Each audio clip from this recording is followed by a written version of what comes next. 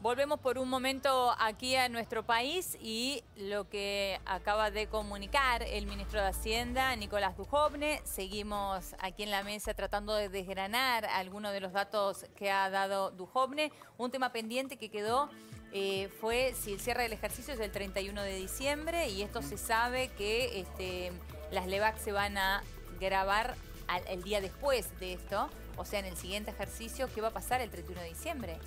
Bueno, digamos, acá hay algo que no conocemos, que es la letra chica de la ley, con lo cual tenemos que ver cómo sale una vez que pase el debate por diputados y senadores.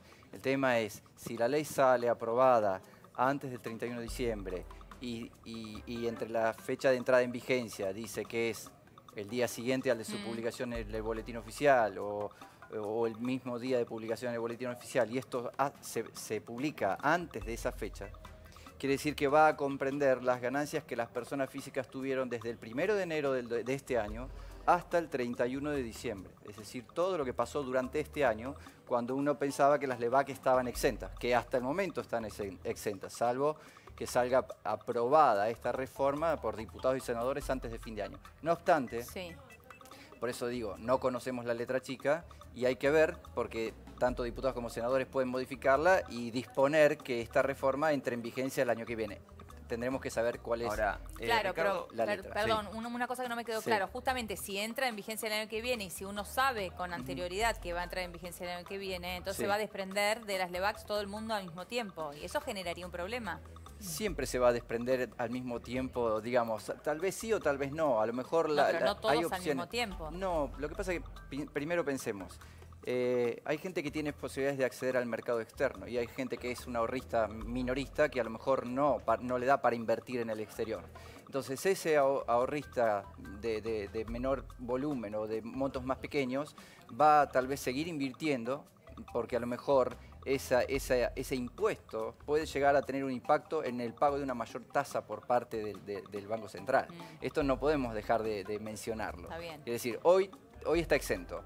Te pongo un nuevo impuesto. Entonces, a lo mejor yo soy inversor y digo, no me conviene, porque si me está sacando el 5%, me da una tasa negativa frente a la inflación. Entonces, si yo no compro y mucha gente no compra, ¿qué va a obligar al Banco Central? A aumentar la tasa. Entonces, y ahí sí compro. ¿Qué quiere decir? Claro. Le estoy trasladando al mismo Estado el impuesto. Hay que ver cómo se Bien, maneja. A propósito de esto, quería preguntarte por el costo fiscal, ¿no? Porque estamos hablando de una reducción de impuestos en principio a mediano plazo, hablamos de 5 años, pero lo cierto es que el Estado va a dejar de percibir dinero. Sí. ¿Cómo compensa esto el Estado? El Estado, a ver, tiene que reducir gastos. Ya mencionó en el discurso del presidente del día de ayer, hizo algunas menciones a los enormes costos que tiene la política. O sea, ajuste. ¿Esto es un ajuste? Pueden medirse de varios lados. O hacen algún ajuste en recursos que no son necesarios, con lo cual tiene toda una problemática social. Y ese tipo de medidas deberían tomarse cuando el país está en crecimiento, cosa que el sector privado pueda absorber esa masa de trabajadores. O, digamos, o redundar tal vez en mejor eficiencia en el manejo de los recursos públicos. Claro. No hay muchas alternativas. Por eso también esta reforma es gradual, porque no se puede... A ver, si política de shock o gradualismo. Si hubieran aplicado shock, despiden a la mitad de la gente sufre el impacto de este tipo de medidas con un shock importante para el trabajador, en la calle, para todos nosotros, para los familiares, para los amigos. Entonces, esta política de gradualismo lleva a implementar una reforma tributaria en forma gradual Y otra también. cuestión es la evasión fiscal, ¿no? Bueno, eso no debería... ¿Evasión, dijiste? La evasión. No debería ser opción eso.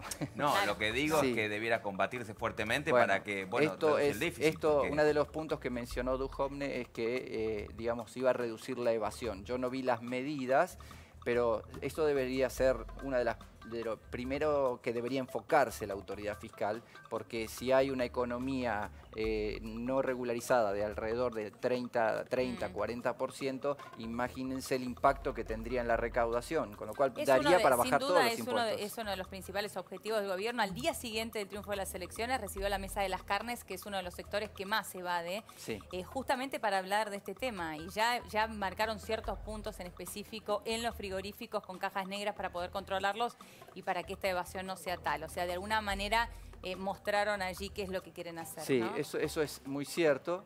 es muy bueno. Además, el sector frigorífico a través de la Cámara colaboró con el gobierno en la implementación de este tipo de medidas. Pero yo no puedo dejar de mencionar que la tentación a la evasión es grande cuando los impuestos son muy significativos. Totalmente. Un IVA del 21%, que es prácticamente uno de los más altos de toda la región, es una tentación a la evasión. Digamos, insisto, no debería ser una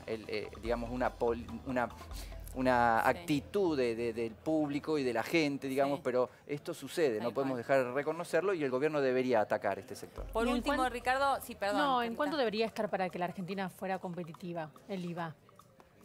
Bueno, es difícil, digamos, decirte una tasa, pero nosotros la tasa en la región está alrededor del 15% más o menos, y nosotros estamos el 21%, Uruguay está al 22%.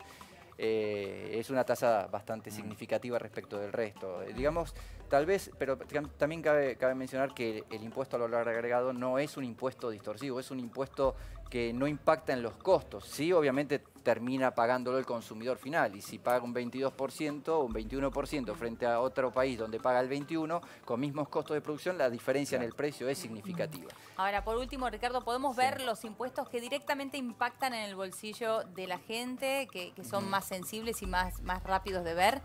Bueno, por ejemplo, se habló de igualar la situación de los autónomos frente a los que son los empleados en relación de dependencia. Esto es algo que venimos reclamando los tributaristas desde hace mucho tiempo, porque no hay motivo, con las bases de datos que hoy tiene el fisco, para poder fiscalizar y para conocer, digamos, la historia de cada uno de los contribuyentes. Si viajan, saben en qué asiento viajas en el avión y cuántas valijas llevaste. Entonces, si tienen todas esas herramientas, no entiendo por qué no puede igualarse las deducciones que tiene un trabajador autónomo respecto de un trabajador que trabaja en relación de dependencia. La excusa fue siempre que el trabajador en relación de dependencia, digamos, no tiene posibilidad de evadir y el trabajador autónomo sí. Eso no es una excusa. Hay que trabajar sobre las herramientas que tiene el fisco para evitar la evasión en ese sector. Creo que, si bien no es materia del Estado Nacional, la baja que están proponiendo para trabajar en conjunto con los gobernadores de impuestos sobre los ingresos brutos, eso sí es muy significativo. Se habló de barreras aduaneras, y en esto quiero hacer, digamos, una mención especial. El día que las provincias descubrieron los regímenes de retención, los regímenes de recaudación y percepción, fue el día más triste para el capital de las empresas y de todas las pymes.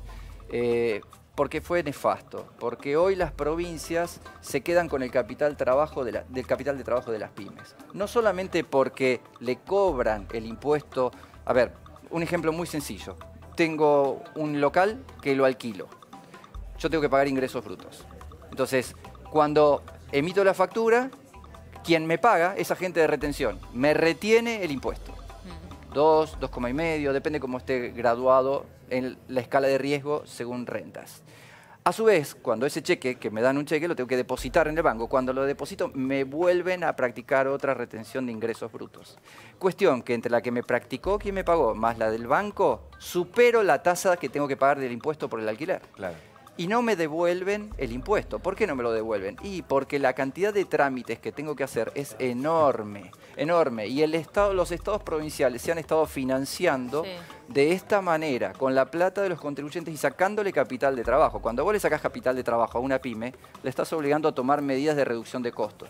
Y la medida de reducción de costos se traduce o en evasión o se traduce en reducción de personal. Esto es muy claro, es sencillo. Por un lado, tiene que